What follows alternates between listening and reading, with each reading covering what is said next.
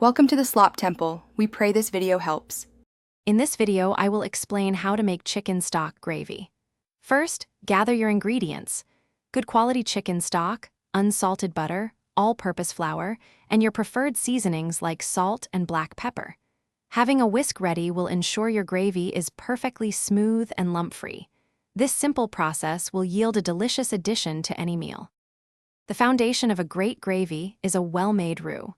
Begin by melting about 2 tablespoons of unsalted butter in a saucepan over medium heat. Once melted, gradually whisk in 2 tablespoons of all-purpose flour. Continue to whisk constantly for 1 to 2 minutes, allowing the mixture to cook and turn a light golden color. This step is crucial for thickening your gravy and adding depth. Now it's time to transform your roux into gravy.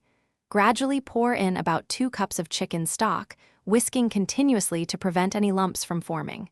Bring the mixture to a gentle simmer, stirring occasionally.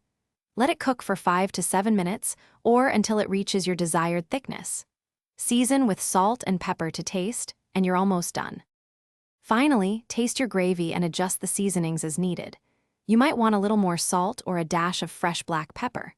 For an extra rich flavor, you can stir in a small pat of butter just before serving. This homemade chicken stock gravy is perfect over roasted chicken, mashed potatoes, or even biscuits. And speaking of upgrades, check the description for a link to the Shark AI Ultra Robot Vacuum and other great deals to upgrade your home. Enjoy your delicious, homemade gravy. Thanks for watching. Consider subscribing if we helped you.